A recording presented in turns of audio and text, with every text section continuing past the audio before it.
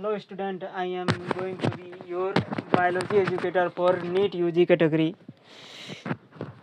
आज हम बात करेंगे इस क्लास में cell the unit of life. Cell the unit of life की पार्ट 1 पार्ट 2 हम पहले बना के दे दिए, इसी चैनल पर मिलेगा, जाकर वहाँ से देख लीजिए। उसके बाद उस क्लास में हमने बताया था कि पिछली क्लास में हमने बताया था, कुछ रिकैप के बारे में बात करें। प्रोकैरियोटिक में डिफरेंसेस किए थे, प्रोकैरियोटिक और यूकैरियोटिक सेल में डिफरेंसेस किए थे।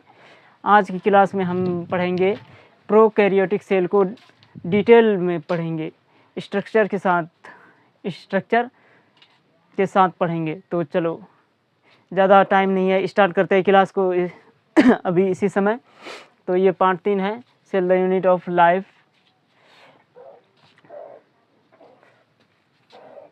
Late me started. बड़े बेसिक से समझेंगे कि प्रोकैरियोटिक सेल होता क्या है। प्रोकैरियोटिक सेल कौन कौन से पार्ट होते हैं इसमें। प्रोकैरियोटिक सेल,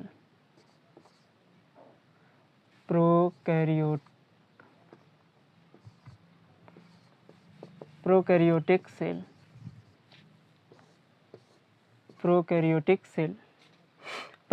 सेल की बात करें तो सबसे पहले थ्री लेयर एनवेलप है। क्या है ये? 3 लेयर एनवेलप्ड है, 3 लेयर का बना होता है। The innermost layer is going to be सबके पास पाया जाता है, मेरे पास भी पाया जाता है, तुम्हारे पास भी पाया जाता है, और प्लांट्स के पास भी पाया जाता है, और फंजाई के पास भी पाया जाता है, और फोटोसिंथेटिक बैक्टीरिया प्रोकैरियोटिक सेल के पास भी पाया जाता है। That is called as plasma membrane. Animals के पास भी पाया जाता है plasma membrane.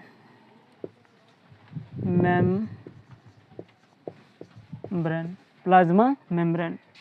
The middle layer is going to be cell wall. It's called as cell wall.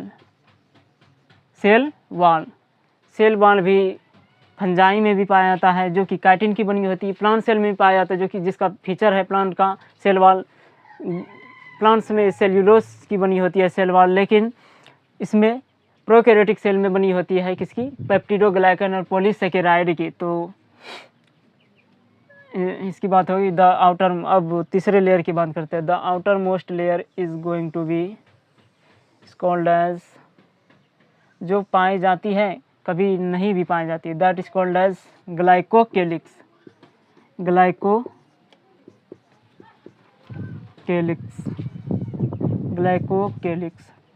ज़रूरी नहीं कि ये पाया जाता ही है, नहीं भी हो सकता है। May be,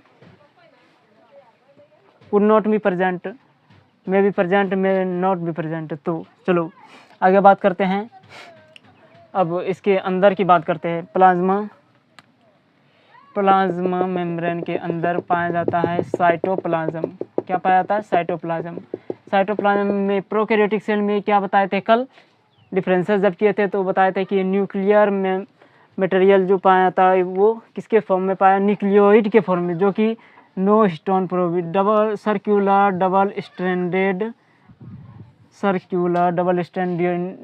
stranded DNA, no कोई हिस्टोन प्रोटीन नहीं होता, नेकेड होता है। That is called as nucleoid.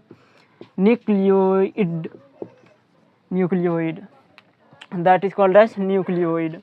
And इसके अंदर कुछ बॉडी पाई जाती है, जो रिजर्व फूड स्टोरेज में हेल्प करती है, स्टोरेज में हेल्प करती है। That is called as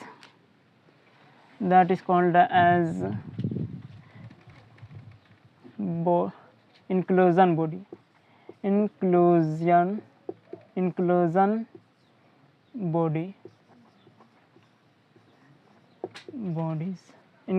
bodies क्या है? स्टोरेज में हेल्प करती है। अब उसके बाद बात करें हम, इसके पास इसको फोटोसिंथेटिक बैक्टीरिया को जिससे कि वो तैरने के लिए उसको बायंसी प्रोवाइड करवाने के लिए एक पाया जाता है vacuole, that is called as gas vacuole. कौन सा वैक्यूल पाया जाता है? Gas vacuole, gas vacuole, gas vacuole, vacuole, gas vacuole, gas vacuole. ये क्या है? ये एक टाइप की स्यूडो वैक्यूल है। क्या है? Pseudo vacuole. अब इसके पास कल बताए थे कि इस प्रोकैरियोटिक सेल के पास एक पाई जाती है, क्या पाई जाती है? एक ही मेम्ब्रेनलेस सेल ऑर्गेनेली पाई जाती है, दैट इज कॉल्ड, इस तरीके से दिखता है, that is called as 70S type, 70S type of ribosome, 70S type of ribosome, ribosome. And इसको मूवमेंट कराने के लिए, इसको मूवमेंट कराने के लिए इस तरीके से धागे जैसी स्ट्रक्चर पाई जाती है, दैट इज कॉल्ड एज,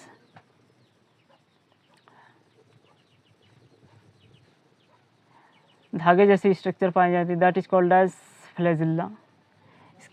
इसका जो फ्लैजिल्ला होता है वो बड़ा ही सिंपल होता है। क्या होता है? सिंपल। इसके पास 9+2 अरेंजमेंट नहीं होता। ये फ्लैजिल्ला फ्लैजिलिन प्रोटीन की बनी होती है, ट्यूबुलिन प्रोटीन की नहीं बनी होती है। इसका फ्लैजिल्ला किसकी बनी होती है? फ्लैजिलिन प्रोटीन की।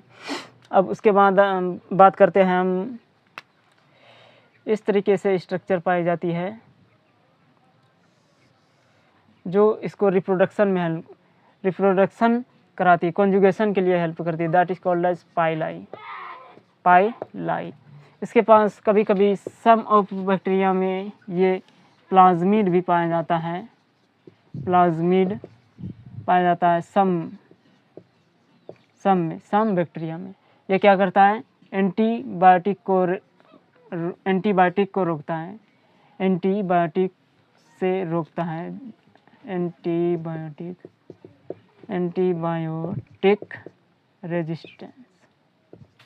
रेजिस्टेंस।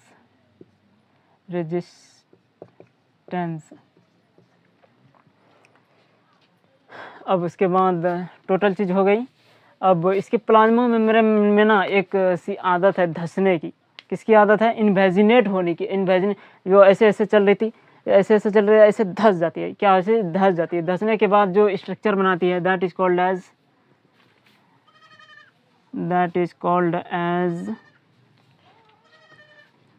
Called as mesosome. कौन सा स्ट्रक्चर बनाती है?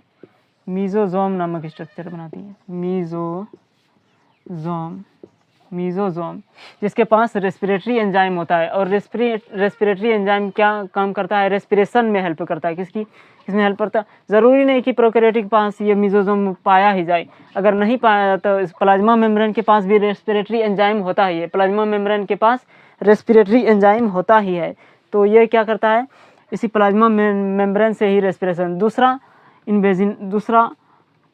ये इन्वेजिनेट होता है इस तरीके से, that is called as chromatophore. ये किस लिए होता है? That is called a chromatophore. ये इन्वेजिनेशन सिर्फ ओनली किस में पाया जाता है? फोटोसिंथेटिक बैक्टीरिया में पाया जाता है,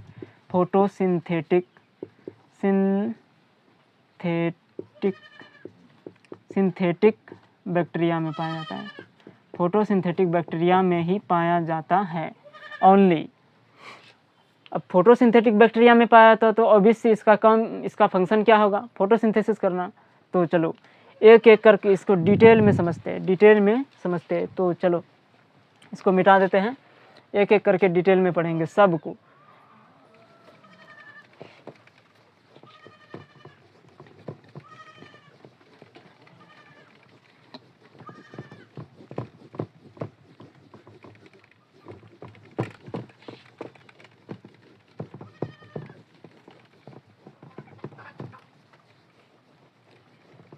डिटेल में पढ़ते हैं सब।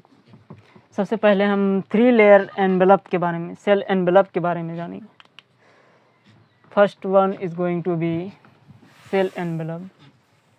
सेल एनवेलप की बात करें तो 3 लेयर्ड स्ट्रक्चर है। क्या है? 3 लेयर्ड एनवेलप है, 3 लेयर्ड एनवेलप। एनवेलप, 3 लेयर्ड है एनवेलप। इसका एनवेलप कैसा है? 3 लेयर्ड है। तो first one is called as glycocalyx. First one is going to be ग्लाइकोकेलिक्स।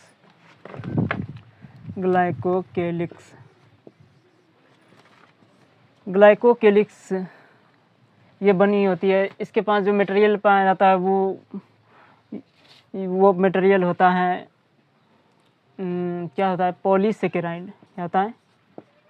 Polysaccharide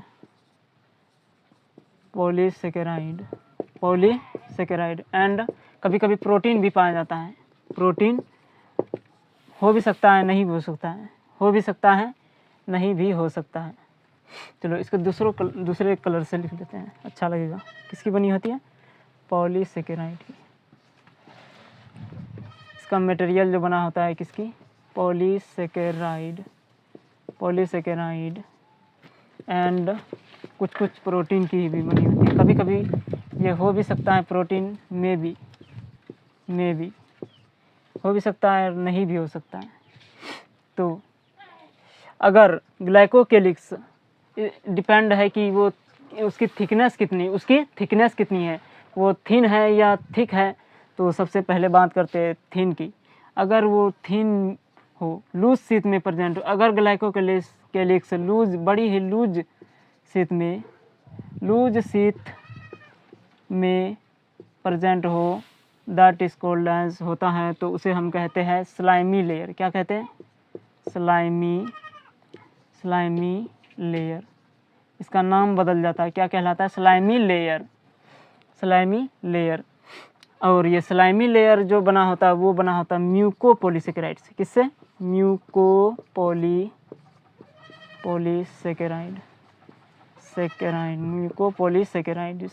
mucopolysaccharide. और दूसरा, अगर ये ग्लाइकोकेलिक्स बड़े ही टफ हो, क्या हो? बड़े ही टफ हो और थिक हो। क्या हो? थिक हो। अगर ये ग्लाइकोकेलिक्स बड़े ही टफ हो और थिक हो, क्या हो? टफ हो प्लस थिक हो। क्या हो? थिक हो। तो ये इसका नाम बदल के आ जाता है कैप्सिड। क्या आ जाता है? कैप्सिड। इसको क्या कहने लगते हैं? Capsid. That is also called as capsule. Capsule भी इसको बोलते हैं। क्या बोलते हैं? कैप्सूल। अब इसकी सब चीज़ के बारे में बात हो गई। अब इसका फंक्शन क्या है, इसका कार्य क्या है, ये किस लिए प्रेजेंट होता है, किस काम के लिए, किस लिए प्रेजेंट होता है, तो बात करते हैं। सबसे पहले म्यूको, इसी से इसका फंक्शन निकल जाएगा। म्यूको में ना म्यूको मीन्स म्यूकस मीन्स चिपचिपा सा पदार्थ। किसके काम में आता है? चिपकने के लिए। दैट इज कॉल्ड अटैचमेंट में काम आता है। Attachment and loss. ये जो ग्लाइकोकेलिक्स है ये सेल में से पानी वाटर को लॉस होने नहीं देता। वाटर को द प्रोटेक्ट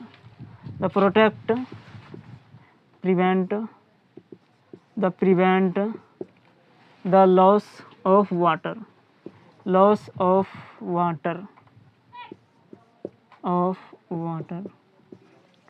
वाटर को लॉस होने से क्या करता है? रोकता है, प्रिवेंट करता है। क्या करता है? प्रिवेंट करता है। तो समझ गए। और तीसरा इसका काम एक और है, अगर ये बैक्टीरिया हमारे अंदर घुस जाए तो ये बच सकता है। अगर जिंदा इसको रहना है तो ये ग्लाइकोकेलिक्स इसको होस्ट के इम्यून सिस्टम से बचाता है। इट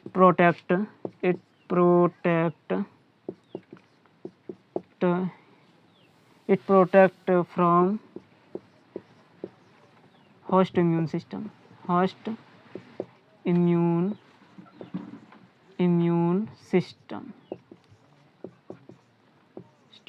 सिस्टम से ये ग्लाइकोकेलिक्स बचाता है।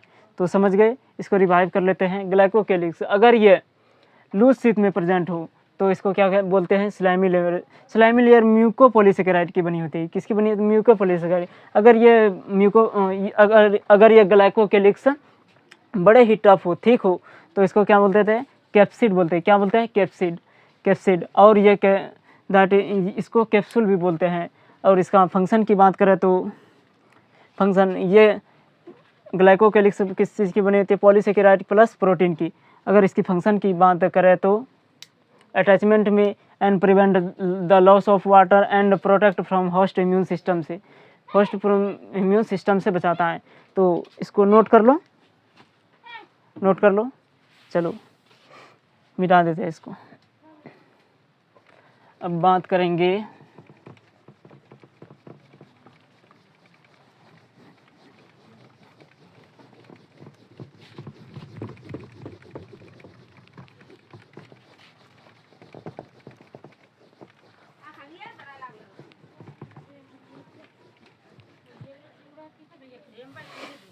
अब बात करते हैं सेल वॉल की। किसकी?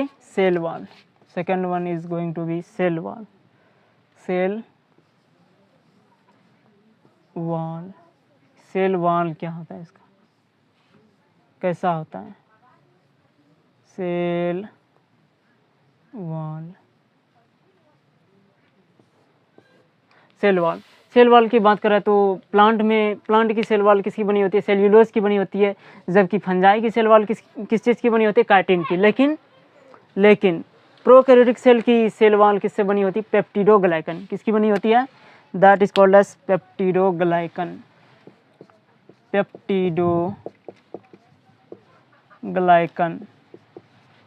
Peptidoglycan. It is also called as murein. It is also called as mucopeptide. तो चलो, पेप्टिडो मतलब एमाइनो एसिड। पेप्टाइड बॉन्ड में आता है ना, एमाइनो एसिड पेप्टाइड बॉन्ड में कौन सा आता है? एमाइनो एसिड आ जाएगा। और ग्लाइकन मीन्स ग्लूकोज। क्या होता है? ग्लूकोज। अब ग्लूकोज यानी कि शुगर यानी कि पॉलीसेकेराइड।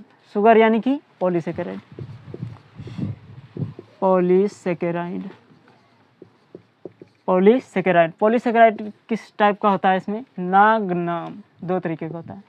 नाग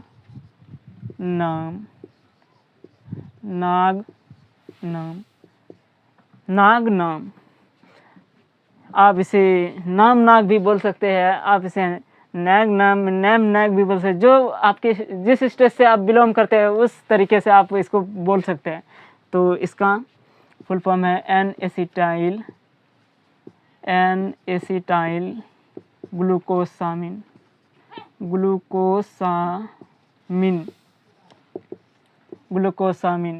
एंड इसका फुल फॉर्म है N acetyl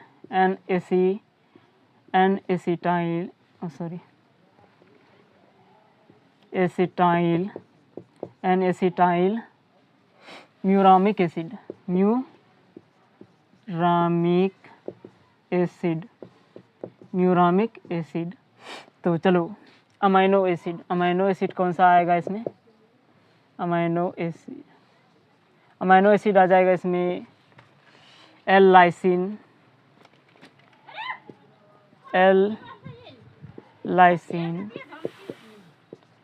L alanine and D alanine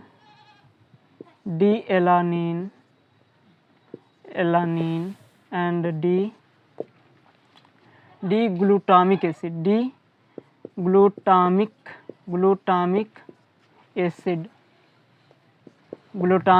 acid. कौन सा अमीनो एसिड पाया जाता है इसमें? L lysine, L alanine, D alanine, D glutamic acid. अब इसकी फंक्शन की बात करें तो सेल ये क्या करता है? सेल को शेप देता है। क्या देता है? सेल को शेप देता है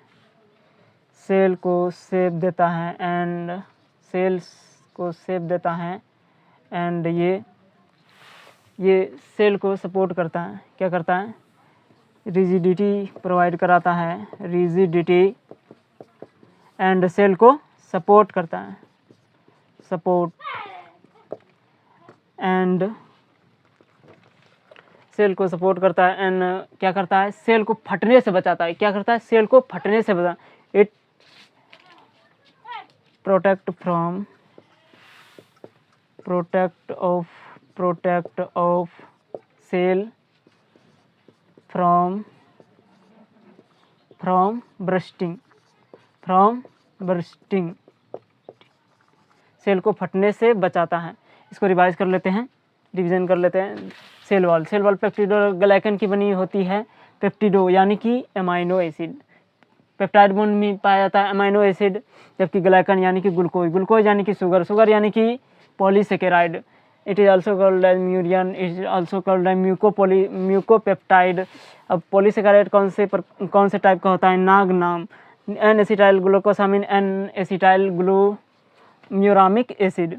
अब अमीनो एसिड कौन सा होता है, L lysine, L alanine, D alanine, D glutamic acid. इसका फंक्शन क्या है, सेल को शेप देता है, एंड रिजिडिटी प्रोवाइड कराता है, एंड सपोर्ट करता है, and protect of cell from bursting, cell को फटने से बचाता है। तो इसको मिटा देते हैं, चलो इसको नोट कर लो,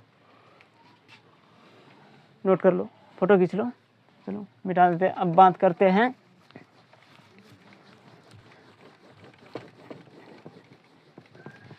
अब आगे बात करते हैं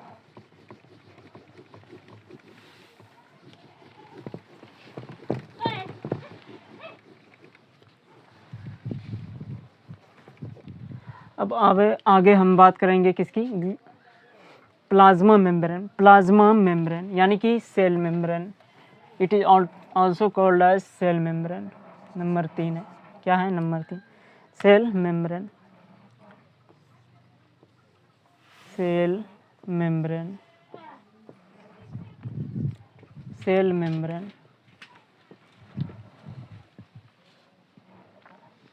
मेम्ब्रेन की अगर बात करें तो it is semi permeable and it is similar to eukaryotes के समान होता है। ये क्या होता है, सेमी, हेडलाइन कर देते हैं इसको, it is semi permeable and it is similar to eukaryotes, similar to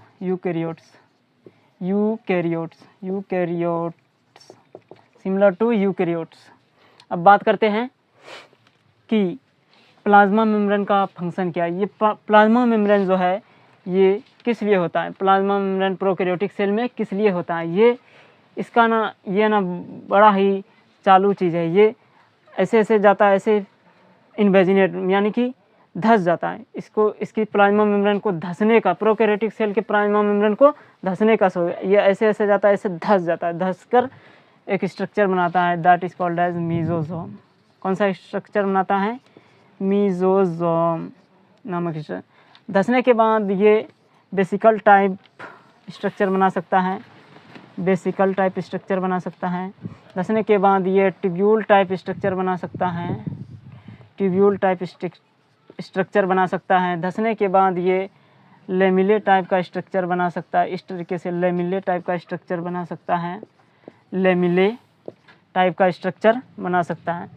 अब मीजोसोम के पास क्या होता है, कल क्या बताए थे, इसकी प्लाज्मा मेम्ब्रेन में मीजोसोम के पास क्या होता है, क्या पाया जाता है, रेस्पिरेटरी एंजाइम। क्या पाया जाता है, मीजोसोम हैज़ रेस्पिरेटरी एंजाइम।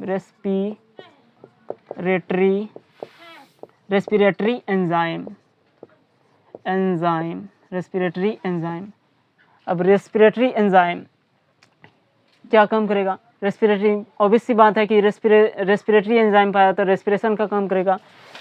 तो फंक्शन की बात करें तो ये रेस्पिरेशन में हेल्प करता है, रेस्पिरेशन, जो कि यूकैरियोट्स में रेस्पिरेशन किससे होता है, माइटोकॉन्ड्रिया की जगह यह रेस्पिरेटरी एंजाइम पाया जाता है। रेस्पिरेशन में हेल्प करता है, एंड डीएनए रेप्लिकेशन करता है, सेल वाल बना फॉर्मेशन करता है, cell wall formation and cell wall formation and एक और काम DNA replication, DNA replication.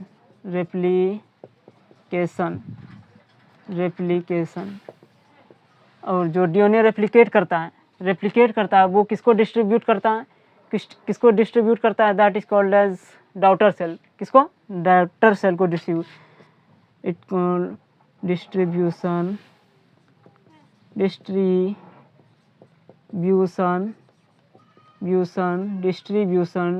To daughter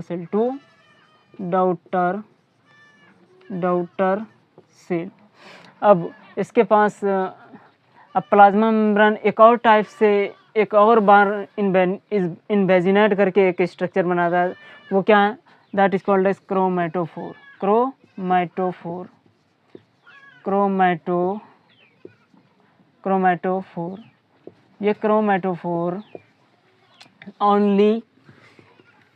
ये क्रोमैटोफोर किस में पाया जाता है? ओनली फोटोसिंथेटिक बैक्टीरिया में पाया जाता है। किसमें? फोटोसिंथेटिक बैक्टीरिया में ही पाया जाता है। तो इसका फंक्शन की बात करें, it is also called as, function की बात करें तो फोटोसिंथेसिस किस में हेल्प करती है? ये फोटोसिंथेसिस।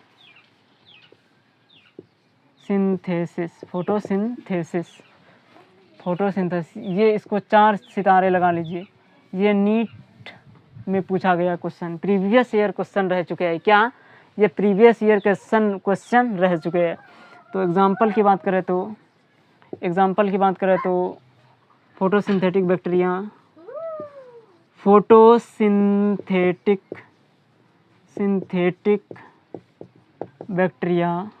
में पाया जाता है। ओनली फोटोसिंथेटिक बैक्टीरिया जो कि है, कौन सा है? फोटोसिंथेटिक बैक्टीरिया जो कि है purple sulphur bacteria,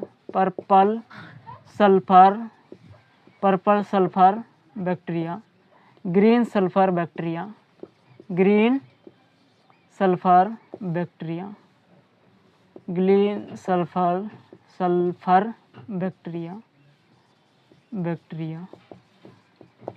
purple sulphur bacteria, green